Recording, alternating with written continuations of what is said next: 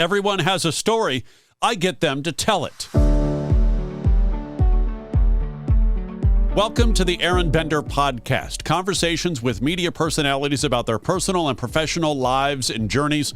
Really appreciate your support, whether you're watching on YouTube, DB&A TV, on the DB&A TV app on Amazon Fire, Roku, or Apple TV, or streaming dbnatelevision.tv. That's nightly at 11 p.m. Pacific, 2 a.m. Eastern, or listening the classic podcast way on your favorite platform. Before we get to my conversation with Janelle Marie Rodriguez, a little about my story. I'm a widowed dad of two girls who just lost their mom. A grieving husband, a man in recovery trying to reconnect with the world with fresh eyes, faith, and perspective. A college journalism professor, a white guy in a world of injustice. A 20-year broadcast media veteran who had his dream job and then lost it. A year and a half ago, God gave me a gift, an opportunity to stop, step back, and breathe so I can learn about love, vulnerability, forgiveness, grace, self-care, patience, and understanding. Janelle Marie Rodriguez is a journalist, an actress, spent a few years at ESPN, also the Disney Channel. That's all after graduating from Cal State Northridge. She was one of my students.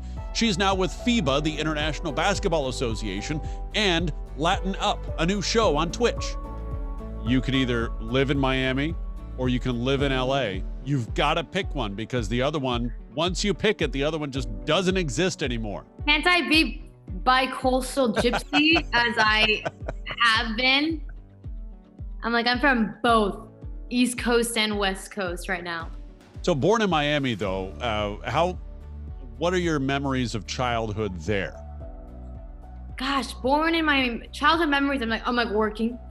Well, like for real though, like I started like most of my career here in South Florida. I was kid entertainer, really. But did like my memories of that is going to school.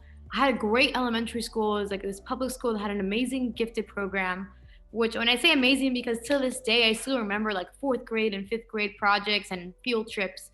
And then it would be like getting picked up from school and then going to my little commercial auditions and then going to dance class or whatever else. I feel like my family did a really good job at keeping me busy and using every muscle.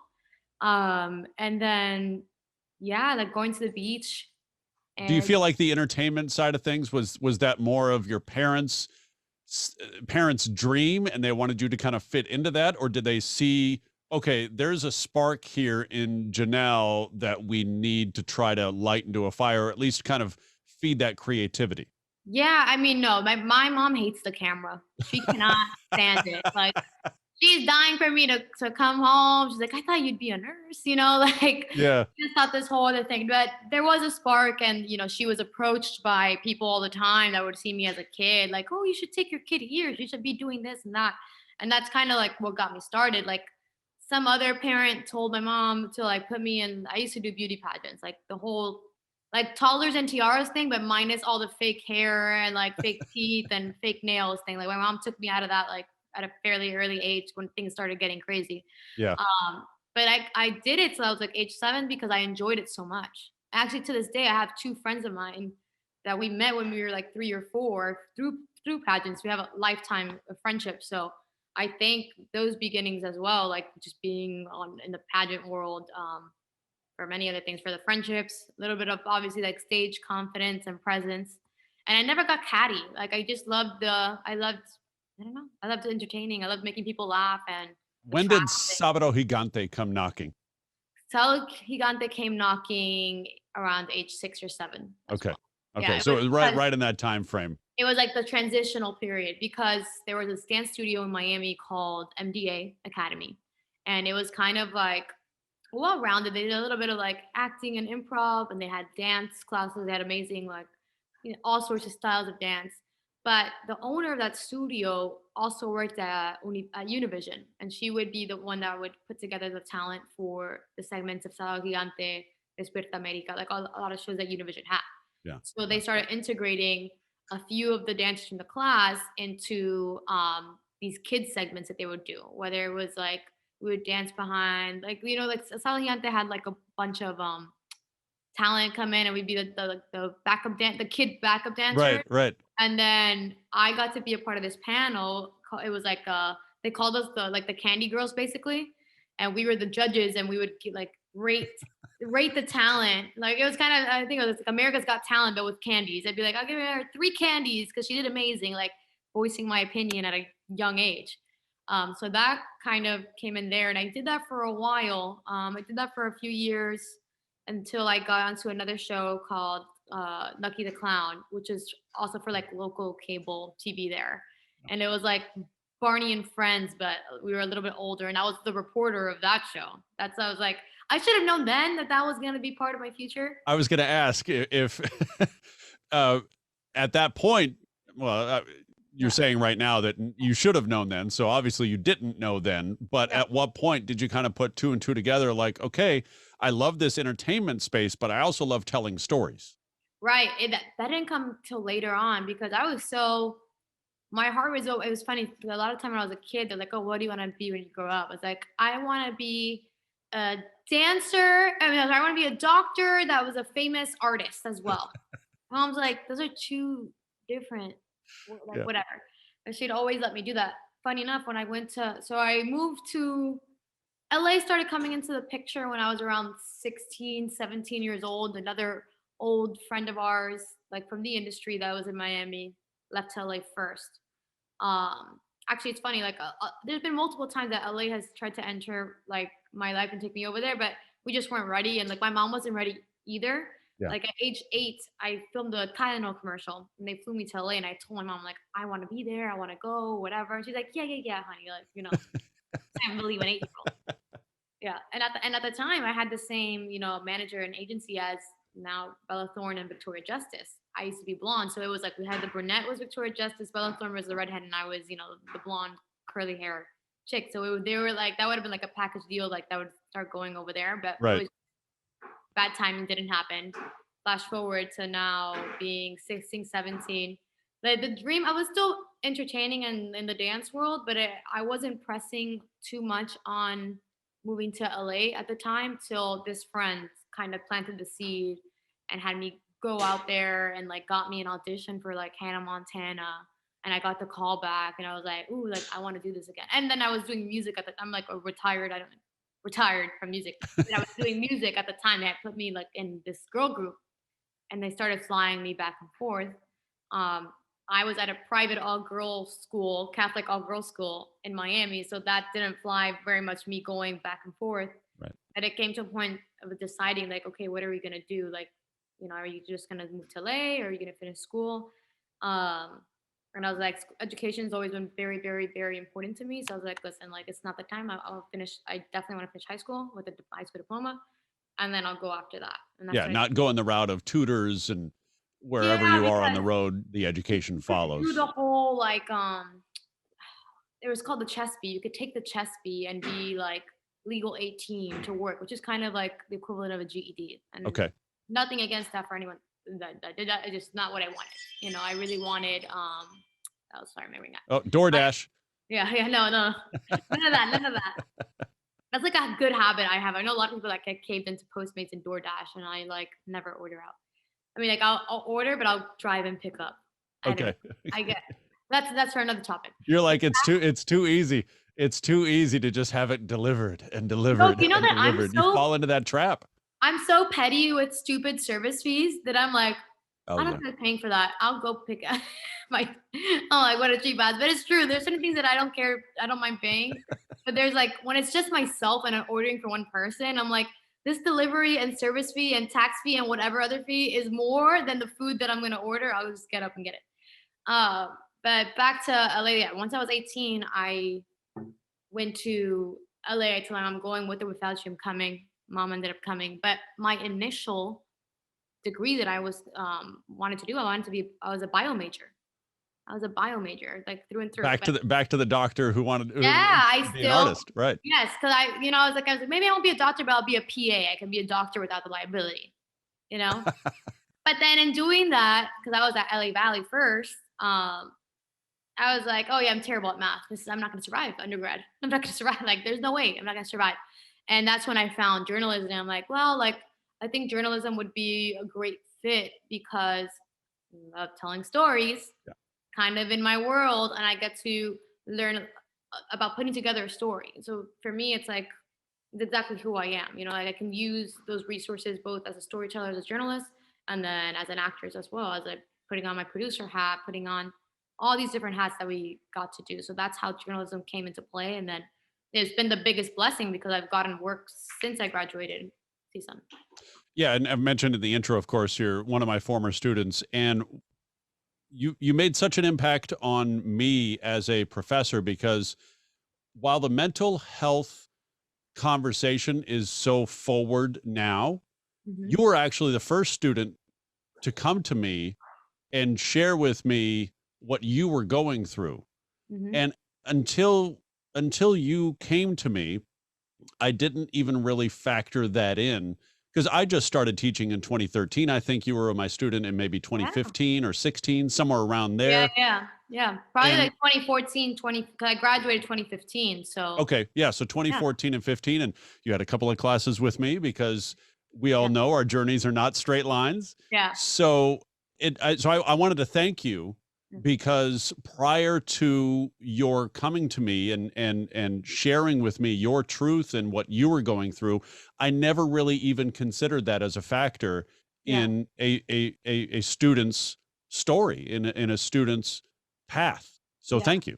No, that I mean, so that's touching. It's funny because it's like you said. I feel like right now it's a good trend, but it's become a trend as well to talk about mental health. But it's great that it's becoming a conversation. But that's something that's been a big part of my life. And now I'm always so touched when people bring that up in like interviews or whatever podcasts when I get invited to talk about that because I've always wanted, I have this own inner war with social media where I feel like I'm constantly trying to like refine my purpose on there. And then like, how do I use it to the best of my ability? Right.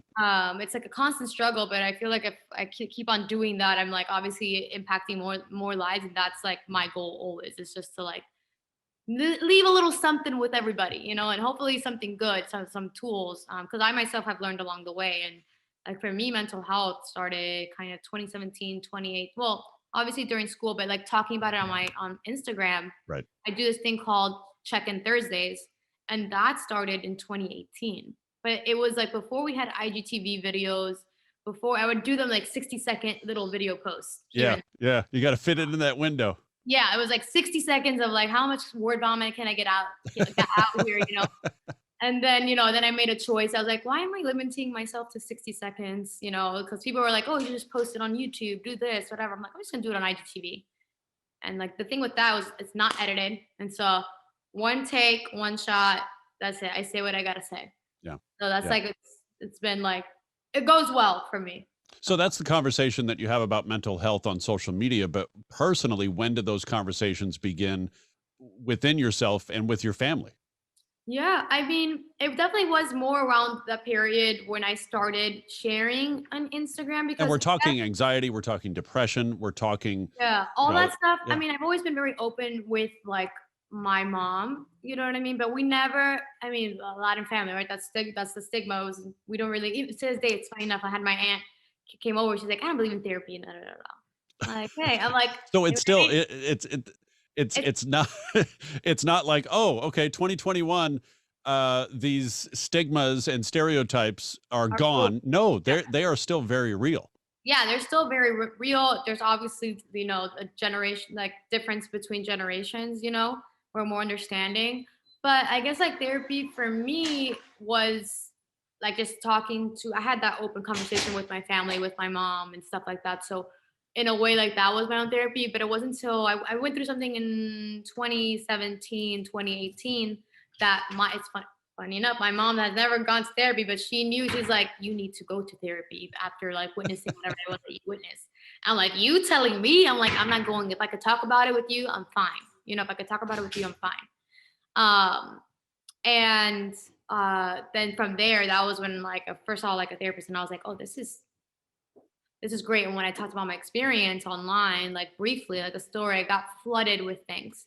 So in regards to mental health, I just feel like my mom has always said, like, don't keep it in, like say something, like share it, like, and she's always said that my pups are visiting. She's always has been very like, just tell me instead of holding it in, because if anything, like, I'm gonna help you solve this, you know? Yeah, So I at think least hold your hand and guide you through something and maybe get you to somebody who you can talk with exactly. rather than just try to tackle it yourself, because these Exactly. boulders that we try to carry by ourselves are just way too heavy. They're just way too heavy, and only when we invite somebody to help us carry it do we realize A, how heavy that was, and B, how much easier life is when we have somebody helping us carry. Yeah, and that's it's also perspective, you know, and like, which was great when she gave me the push, because at the end of the day, sometimes family members too, like, they know so much about you, so they're gonna give this opinion and based on their knowledge and their experiences. So it's always great, like, when if I could come talk to you know, to a professor, to you, or to whoever, you know, it's a fresh perspective and someone different listening Yeah. that has no knowledge that can like offer you back just genuine advice, you know. Right. So that's I think that's the beauty of like having your circle or having people around that are willing to listen. Because at the end of the day, sometimes it's just getting someone to listen, because we answer our own questions. Like as you're saying things, you're like, oh, I answered that myself. I know exactly. You know, I know what it is. Right. And we do that through writing too. There are people that love to journal, and I understand why. Because sometimes you're like, I don't understand why I feel like this. Well, I think I feel like this because, and then you start answering your own inner mind games that are happening up there. So Right. it's maybe therapy is not for you because you don't trust the other person, you haven't found the right fit, but there's different ways to take care of these like inner battles that we have up here. You talked about or referenced, things you've witnessed or the experiences. Do you want to share some of those Yeah, here? yeah, I could totally share. It was honestly, it's the craziest story. Um, it was the most. It's random too. So I was doing this acting class in LA, and they like partnered us up with certain classmates to do this kind of like homework. I think I project homework, right?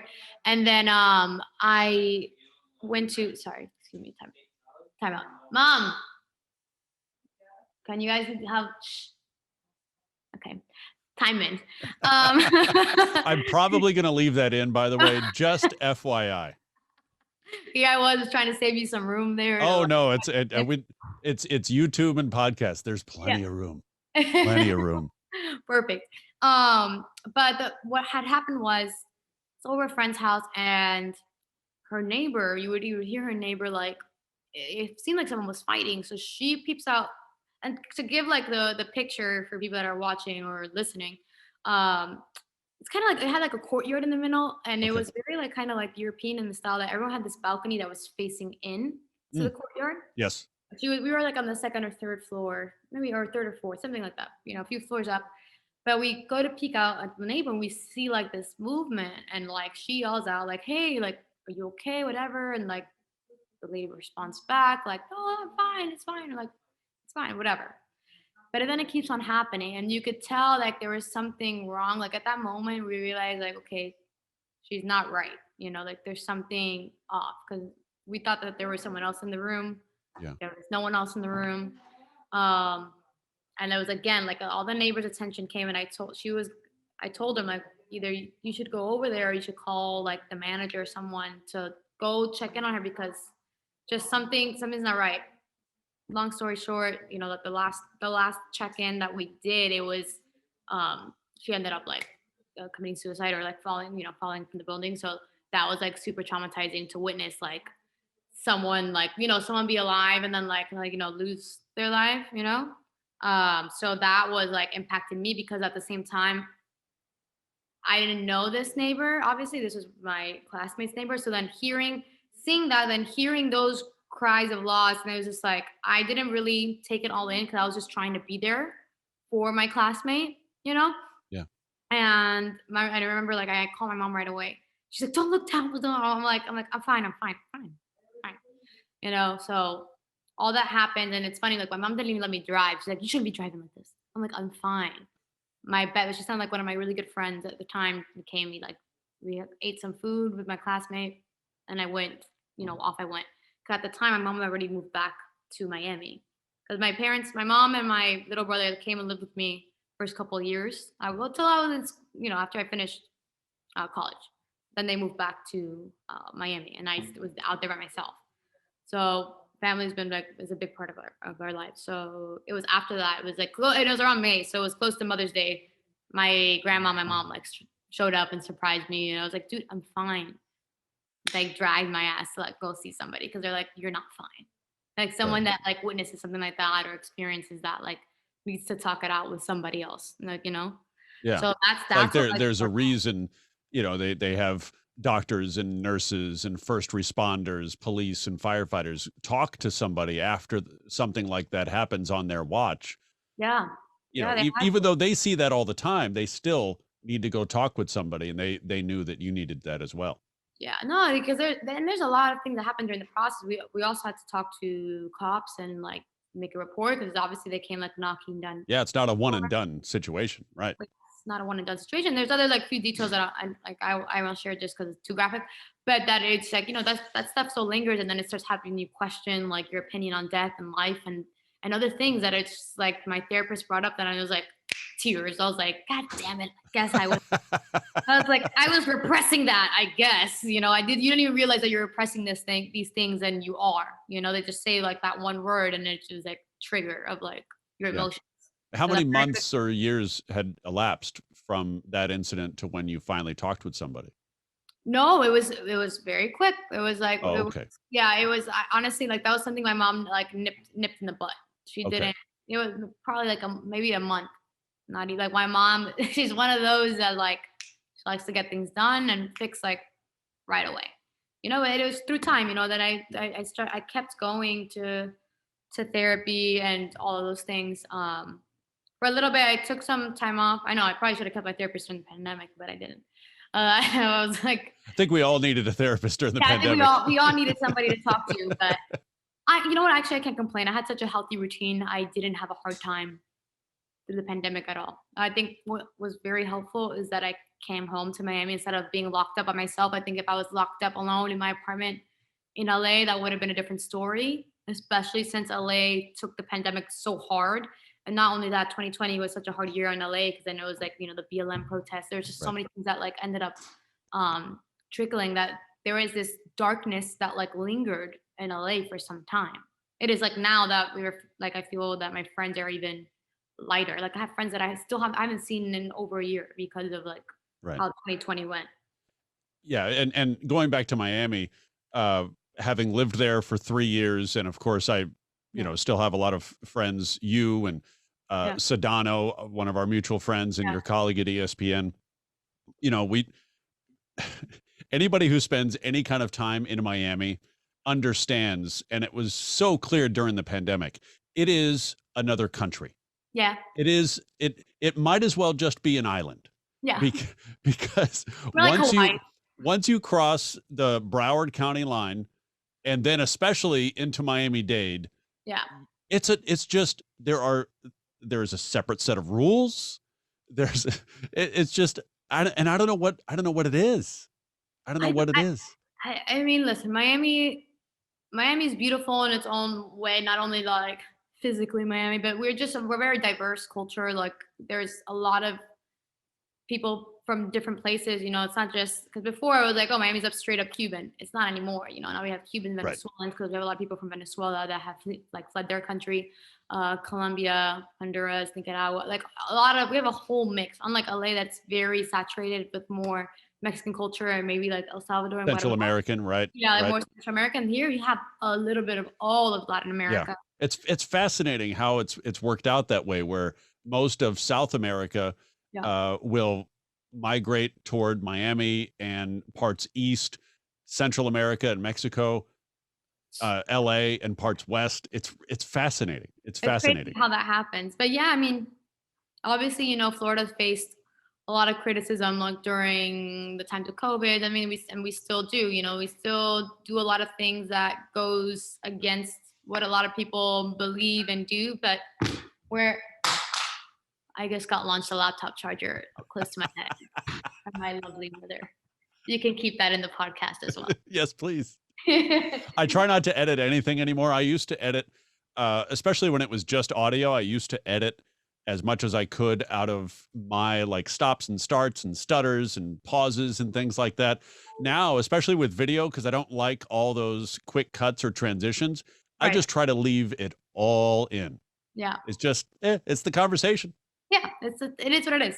It's the spontaneity of it all. Yeah. But yeah, I mean, I'm very thankful. Listen, people criticize it, but I was happy to be in the Sunshine State for a lot of things in regards of like just being able to go outdoors and like, I think that like my mom has a pool in the back and like a lake. So I was able to be outside a lot in Miami. And then we were able to like kind of live life a little sooner than most. But whenever I actually did, I got COVID, but I was asymptomatic. So thank God for me. I had absolutely nothing. No one else in my family was affected. My mom. You knew that how? I mean, you have to take all these tests for all these events that you go to. Yeah. I mean, now it was a whole different ball game. Like, so when I got COVID, it was June 2020. So that was right in the beginning. Mm-hmm. So what happened to me, I ended up quarantining for 21 days because it was me and my mom tested positive. Thank gosh, my mom as well. Nothing happened. She had like one day that she felt a little down, but nothing else. And then we were like the antichrist of my household because my brother and my dad and my uncle that was living with us at the time was like, absolutely not. You guys cannot leave your room. Like call us when you're going to step outside and we'll go to our room. So, and then we'll bring you food to the door, hey, like that's the way to handle it. I mean, yeah, it was like the end of time, but we ended up quarantining so much because at the time it was when these tests were like barely available. So we went to, I think the Miami Marlins Stadium. We're giving out tests. I got a test because at the time Miami had opened up phase 1. So I had gone out phase 1. And mom's like, you're going to kill us all. Ah. And she's like, we're going to go get a test. I was like, I was barely out though. Like I went out to like a restaurant to eat, like, She's like, I don't care. Just go. When the results take 8 days to get back to us. So I've been quarantining with my mom for 8 days already. Okay. There's a timeline. I get the results and positive. I start laughing, like, I shouldn't be laughing so bad. But I'm like, Mom, we're positive, She's like, what? I told you.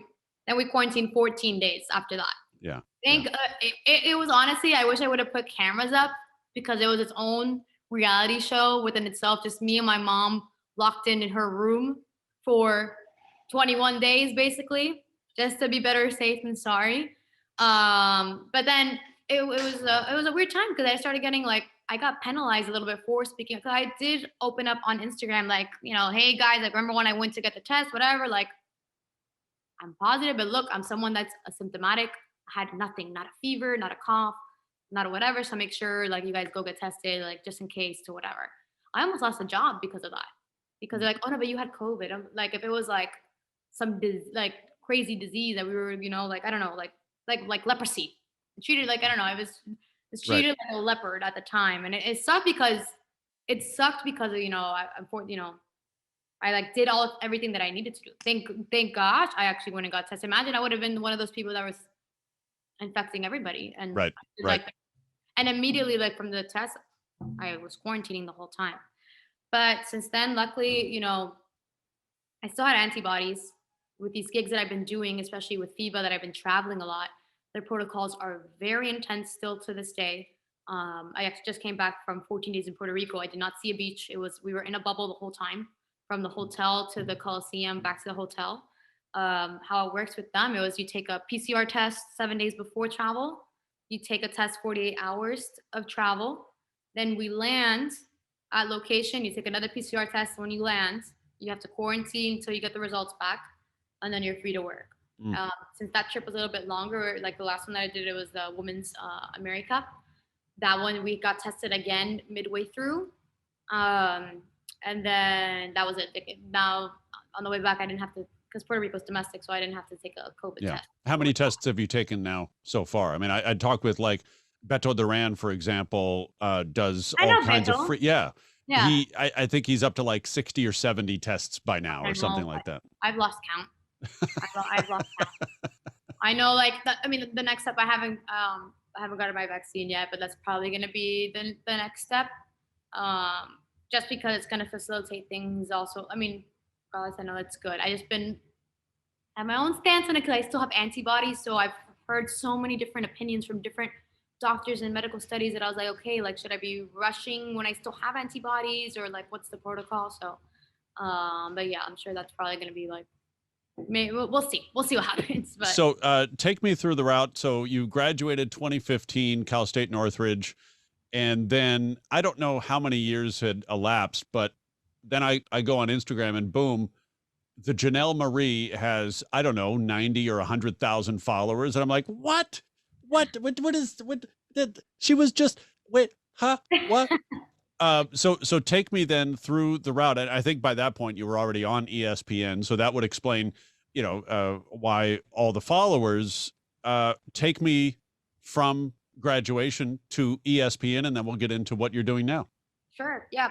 So I graduate CSUN that last semester, because I was one of those students. Unfortunately, it was really hard for me to get an internship for whatever reason, because everything had turned digital. So, you were just applying to like everything, NBC Careers, everything was online, and no one would get back to me. No one. So I was now using like all my like resources of like physical people that I had, like if there's any way, let me know. I ended up with 2 internships, one at Stars doing public relations, which is not my interest, but I just wanted to graduate with, Yeah, you got to get in with something. an internship, Right. with something, And then Julio from Julio Cesar, that he worked at Univision 34. Oh, yes. Yeah. He gave me he's like, I'm gonna put a word in, but this is not a guarantee that you'll even get a meeting. Because he was very like hardcore. Right. Like, okay, thank you. Luckily for me, like based on like my little resume that I had, like I got a response back. I ended up getting the internship. I was the only person that went in pantsuit. All the other girls went in dresses. But that one was also a fight too, to even get that Univision internship, because they started asking me like, but do you know who our anchors are and our reporters? And I was like, listen, I don't know. I'm like, Univision for me, because it was the start of my career, is Univision 23. And Yep. I know these people. I don't know the LA thing, then that shouldn't matter. What should matter if I'm capable of pitching stories and doing XYZ, Let's go back to the pantsuit. What went into that decision? I just wanted to feel more like a boss. I don't know. I felt like that was like the boss moves. I felt like it was more, I'm more comfortable in pants, because I feel like I'm more like active. I can go run and get stuff. I don't know if I need to run an office, but I felt like there was something more. It was more me, like I'll dress up in dresses here every now and then, but I like when I'm working, I like more like pantsuit.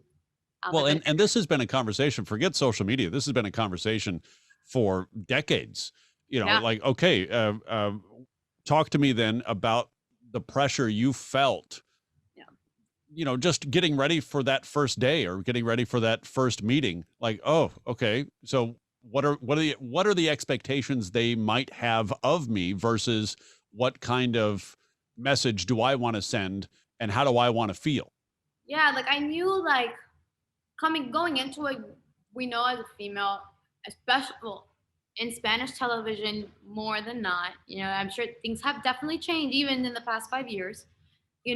Look is a big part. You got to come in looking like presentable.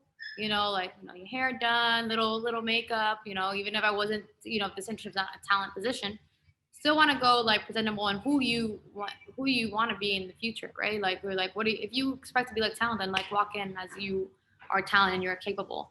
Expectations, that was always the stressful part, but there's nothing I could do except do my best. Just like, all right, just do the best of your ability. And if you don't know, ask questions. Sometimes it's annoying. It's like, I don't want to ask. You got to rip the Band-Aid and ask. But that was always me. I'm always someone like, no, I got it. I can figure it out myself. But when you're starting somewhere new, it's better to ask questions so you don't end up looking dumb at the end of it, because if you don't ask, then you're going to end up looking silly. And at the time, that was like, I was working the assignment desk. And it was the worst because I hated talking on the phone. I hated picking up the phone calls and seeing who were like the random public, what we're calling with stories. But then I was like, damn, I'm like, this is good. Like you actually get, they do the work for you sometimes. Yep. When someone calls with like a great story idea, if it's a slow news day, you may have something. So I learned a lot of that for when my transition, because luckily enough, so for graduation, that was my first job. The first time I went on air as a reporter was later on in 2015. The news director gave me a shot because show up every day, even though I wasn't, I would come in with like story ideas and things that we should do. And I was just very, very hands-on. And he came to me with a story. He's like, I just feel like this would be a good story for you, like a millennial. I know like our news like is very for an older demographic, but I want to bring in that younger demo, and I think that you'd be great for it, you know. And that was my start. I ended up starting there and at Univision 34 during sweeps. I'll never forget because it was like you know during like the most it was during the most important time for the news station. Right. It was a lot of pressure on that, and especially because I was always bilingual, but like my Spanish wasn't perfect because I'm so That was going to be bilingual. my next question. Yeah, Yeah. because you're graduating from, and there, at CSUN, we do have a very robust Spanish language journalism program. Yeah, But I got my minor in Spanish language journalism, but it was not like we had a Spanish newsroom per se, all fully developed then. I right, don't know right. what the situation is now. Yeah. Um, So how did you approach that? I started practicing, but I had a mentor that was that worked at Univision, but Univision Radio, and she would talk to me a lot in Spanish. I would call her to like practice like talking in Spanish, and then like she hooked me up with a friend acquaintance of her that would give me like these Spanish exercises, which I still like use till this day because it's literally like a brain switch, you know, and Yes. it is really like practice makes perfect. And So not to mention, we should throw out here right now that your Miami Spanish wouldn't necessarily fly on LA Univision. exacto. Yeah. Exacto. So that was like but that was a bigger part, even being in a late period that I discovered late You're because like, Mom, stop talking to me in Spanish. I can't, yeah, I yeah, can't deal with your Spanish right now. exactly. No, and it was funny because you first moved to LA. This is like actor me, right? I had the Miami twang. So it was removing, you know, I'd go to a dialect coach to speak like the most perfect English possible. All right. Then now Spanish is cool all of a sudden. And now we are embracing our culture and like bilingual this, bilingual that. And I had to step up my Spanish game. And it was because, and then it had to be neutral Spanish. Yes. Yes. You know, neutral Spanish is, you know, a mix of Mexican and Colombian descent Spanish. So that was also just like a lot of like reading and like practicing with a pencil in my mouth and reading out loud. And I appreciate Univision for having the patience with me because they would at least like, excuse me, not like make me look bad. Like they would like come back after I'd write a story and they'd review it, or if I send a voice track to the story, they'd be like, okay, like let's fix this. You could pronounce that a little bit better. Like everyone there on the team was like very, very supportive. Of course, knowing that I was in the beginning of my career. Yeah. Like to this day, I shout out to Marco Flores, which he goes to see. Well, he used to go to CSUN often to speak to students there, but he's the one that really took a shot and a chance on me by doing that. So that was like the biggest blessing because from there I started working at Disney Channel. I was a movie surfer, and I would go to all the different like Marvel sets and Star Wars sets and like interview all the actors. That was like the coolest job. That went from like hard news to entertainment, but like at a different level of entertainment because it was literally both of my worlds in one. It was Right. my Right. acting passion. I got to see these guys act and be like, I wish I was an extra on that set. But then I get to have a conversation with them and do fun stuff with them and interview them. So Before we get too far away from that, and we'll come back to the Disney Channel and what's next, but going back to getting feedback from people at Univision about your delivery, about your writing, Yeah. how much of your acting background do you feel like maybe helped in being able to receive that feedback? Because you're part of a generation that has a stereotype of, oh, we can't criticize because they're going to melt, you know, and here you are, your first job in LA, and you need to be coached up. A number one, number two market. Like Yeah. you don't have room to mess up. I don't even give credit to my acting background. I give credit to my upbringing. My mom and my grandma are they're my biggest supporters, but they're also my biggest critics. They would straight up tell me when it sucked. Like they're not like parents that are like, oh, that was great, sweetie. Like, you know, like they will straight up tell me.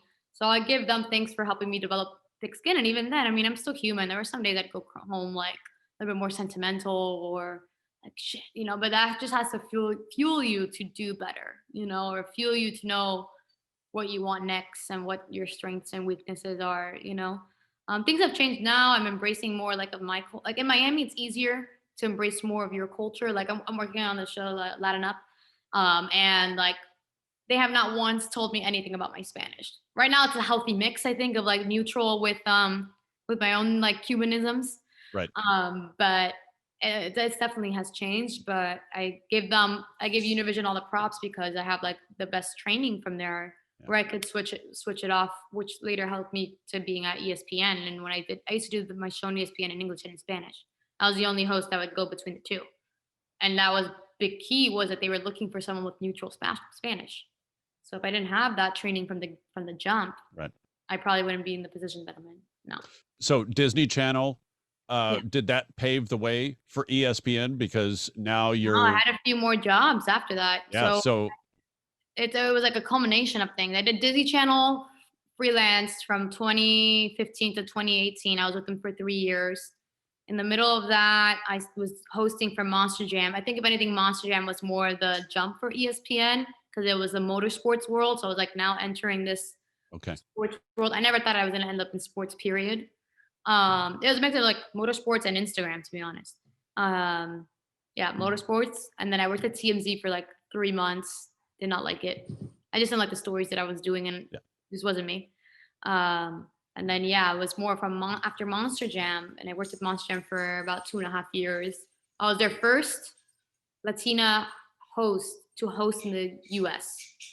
because they had Latin hosts to do like obviously international stuff, but they never had a like Latina American, like a Cuban American hosting their domestic shows. So like that's the only thing I can bragging rights to having like the first of anything, because right now it's really hard to be the first in anything.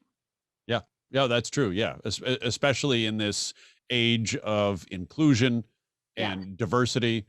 But that's also, you helped usher in that. That age. The company had been around for 35 years, so it was like a big like celebration. I didn't even notice until someone had like told me like, so how does it feel to be? I was like, I didn't know. I didn't know. I was so clueless, Yeah. So clueless. And then I made it to ESPN. Because I'll never forget. I was at Buffalo Wild Wings for my brother's girlfriend's. It's still together. Brother's girlfriend's birthday, and we were watching sports. And he had told me, he's like, "Oh, I'm surprised you haven't really gotten into sports or whatever, like done sideline reporting because we were watching football." And I was like, I don't know, like I'd have to maybe like go back to. That's funny. I was like, I'm gonna go back to CSUN or whatever, maybe cover some like college sports and like add that into my demo because. How else are you going to break into that world without some sort of experience? That same afternoon or the next day, I got an email from someone, a talent recruiter from ESPN. It was crazy because it was kind of like manifestation. Yeah. It was crazy. It was like that. It was like within 24 hours or like that same day, if I recall. And I made things happen very quickly because I saw the email. I'm like, no freaking way. This is crazy, And then I had to double check that it wasn't like a spam. Or I was gonna ask if it's like, oh no, sorry, delete. Yeah, no, it was total like spam. Like, you almost we would have done it because like, how do you even get my personal email? At the time, I had my demo reel on YouTube or whatever, like an old demo reel. And I looked them up on LinkedIn to verify. I was like, okay, LinkedIn is right, I was like, I'm just gonna respond. So I respond. We ended up jumping on the phone later that day. And having a conversation about what he had me in mind for, the project that was coming together. Right. And when could we meet? The show was taking place in LA. And I was like, well, I'm in Miami right now. I'm going to New York for Comic-Con. I was going to go to my first Comic-Con in New York. And he's like, well, because they're in Connecticut. He's like, well, I'll meet you in New York. And we'll have this meeting. I was like, okay. Oh. Yeah. I was like, okay, perfect, and sure enough, like, we had the meeting and got to know each other. He's like, okay, I think you'd be a good fit for this. The screen tests are coming up in the next 2 weeks. Start prepping and then we'll see what happens, There's no promise, there's no promises, but at least it was someone that was like, okay, I'm going to give you like this the window of opportunity. Yeah. You're in the door. Your name is there at the very least. Yes. And like, I do have agents and stuff like that, but he told me that my name came into the pile because they had asked like their department to find someone that was social media savvy, that was bilingual, and that was at least they didn't have to be like analysts, but they at least were fans of sports. Right. And at the time, I had been posting because every Sunday I was going to watch football with my girls from Miami that lived in LA. Like, we're literally like the bars would wait for us with a little sign like for the 305 girls. So I have been posting, sport, like, not a ton of it, but I have expressed my interest for football or basketball and whatever. And then had some work on there, and he was like, you were like a profile that wasn't just like Instagrammer, it was just like butts and boobs, like you had like a clean Instagram page, you showcased your work a little bit, and just so it's like the right fit. So flash forward to the screen test, I didn't think I was gonna get the job, to be honest, because there was someone that was internal in the company that was already on sport, that she was on Sports Center. I'm like, how am I going to compete with someone that's on Sports Center, that's like already internal, and then like other people that are very talented. Like, it was just kind of one of those like surreal moments that you're like, other people are way better qualified, but whatever, you're still here, so that means you're good too. You have to like give yourself that like self motivation. Got to be your own hype man. Yeah. Yeah, I had to like hype myself up and knocked it out of. You had to do it since it was for 2 shows. Technically, there's 2 different male hosts. Mm-hmm. I mean, there's 2 for the English and then 2 for the Spanish. So day 1 was for the English, knocked it out of the park. Like I had a killer audition, and I was like, I did great. Then the Spanish one was like, ooh, like they started going really deep into. Yeah, they started going really deep into soccer, and like they're both Mexican, and it was very intense into like Mexican soccer, which was so new to me because that's not something that I really consumed. Yeah. I had watched soccer here and there, but I didn't heavily know.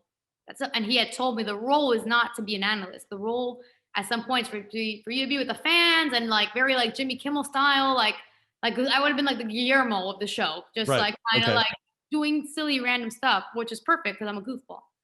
So whatever, that happens. Time passes, and I was like, I probably didn't get it. Whatever. He's like, no, you're still in the running. You're still in the running. And then he hits me with well, if you don't get the part, would you be open to a part-time situation where you can come in and fill in for whenever, the person's not available? And I already knew that. I was like, okay, I didn't get it. If they're asking me for this, I'm like, I didn't get it. I was like, yeah, of course, I'll do anything, just to have that under my resume. I was like, cool. Like the next day, he's like, so you got it? I was like, I got what? He's like, you got the show. I'm like, the whole thing? The whole thing? I'm not the understudy? No, I'm not the understudy. And then so my journey began there. So I was with ESPN for 2 years. And what show was that? So it was called Now or Never. Okay. And Ahora Nunca on ESPN 2. So we were on till January 2021. Just COVID kind of really hurt us that last year, because the last time I stepped foot in studio was March 17th of 2020. And then we operated entirely remotely after as well as you could. Yeah, as well as we could. And it was cool because I did that show for 2 years, and then during my second year with ESPN, I got really involved with Sports Center on Snapchat. And that was like, that show I still miss doing, and I still have a lot of fans like asking me, they're like, why aren't you back on Sports Center? I'm like, COVID, that's why. I'm like, start a petition that I should be back. I think that might have been one of the first places I saw you on social media was Sports Center on Snapchat. I'm like, wait. That's Janelle. I know that face. Yes, exactly. I'm like, is that the same Janelle? I think it might be the same Janelle. Yeah. So Sports Center on Snapchat, I had so much fun with that show. That show is like really, really my vibe.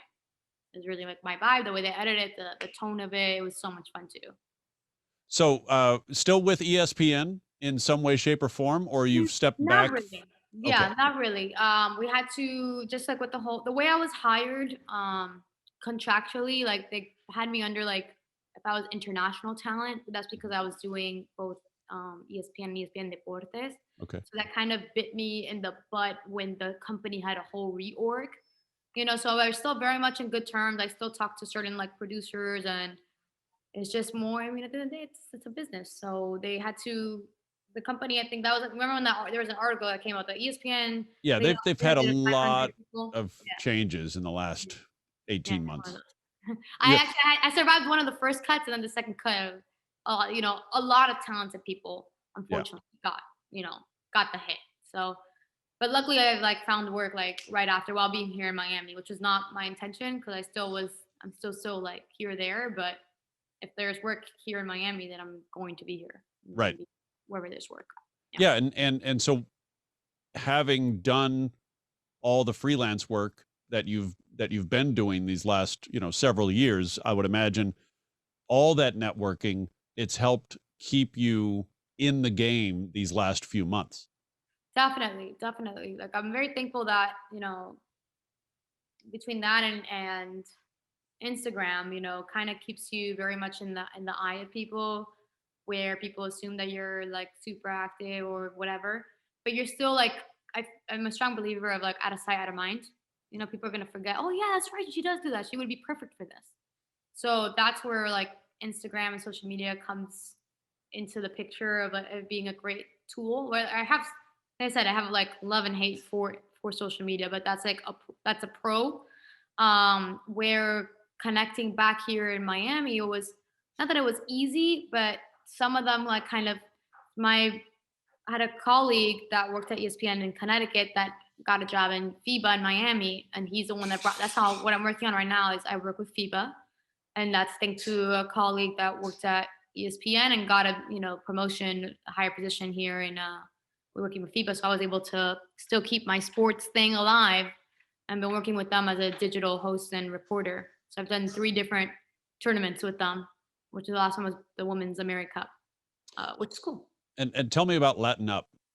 Latin Up is cool too because it's on Twitch, so which is nice to see like how Twitch has evolved as a platform. It's not solely just for the gamers. Even though I have my own Twitch channel and I stream on there every now and then, and I'm a terrible gamer, but I try. I always try to dabble and know a little bit of everything. But it's cool because it's a show for up and coming Latin artists, and it's like a series of like intimate concerts, kind of like NPR, how they have like their little concerts. It's kind of like that vibe. And I sit on the couch, I interview them, get to know their story, they perform, and we do little challenges and stuff like that. So that kind of came in the way. So I've been doing those 2 things for now. So until the next opportunity comes knocking on the door.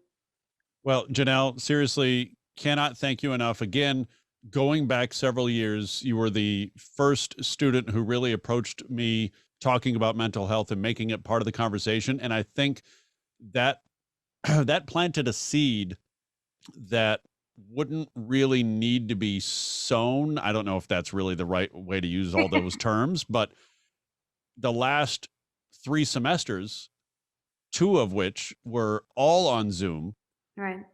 plus the last half of the spring 2020 semester was on Zoom, and dealing with my own mental health and my own, uh, family situation with my wife's illness and my girls, schooling at home with the pandemic, and dealing with all the students that I was dealing with and their own mental health struggles and anxiety and depression, and being able to talk with them about it. I almost always referred back to, this was a conversation I first had with Janelle, Okay. and it was just it just basically kind of put my position in perspective, that a safe space can be created here. Yeah, I think especially for like professors. I mean, that's why I tell people. I'm like, I don't know if it was like how I am or who I am, but like I just felt like there are certain teachers, obviously, that you connect with and you feel comfortable, and they should, this shouldn't be a scary thing. I think that if there was more honest conversations between students and professors, like you would be able to be more understanding, like, and I think that was the beauty of it, was able to like express certain things, and then like, obviously like not take advantage. There's still these like, you still got a syllabus and you think you got to do, but they can be more understanding about, hey, look, I need an extension or this or that. I'm going through this. I don't know. And it was cool that I was able to have like a safe space and talk to you. And I'm glad that certain students probably speak up and let you know what's up. So that way you can be there for them. Cause you just don't know what people are going through at home or with their lives. Like you think that they're fine, in reality, like they're nowhere. Like, oh, especially in the last year, Mm-hmm. especially this year. Yeah. It's been absolutely crazy. Who's the little one behind you? I don't know if they, oh yeah. Yes. The most well-behaved dog in the history of Zoom. She is the best. She was rescued. She's 10, 11 now. Oh, sorry, I woke you up. But she's like the cuddler, but she just sleeps all day. That's why. Yeah. She's a dachshund pinscher mix. But yeah, she lived with me in LA for a little bit too. Her and there was another blonde dog around here. It's a Yorkie, Chloe. She's also pretty well behaved, but she'll yap every now and then. Yeah. Well, thank you, Janelle. Thank you so much. I really appreciate the time. Good luck to you, and I look forward to, and I know our listeners and viewers look forward to seeing what's next.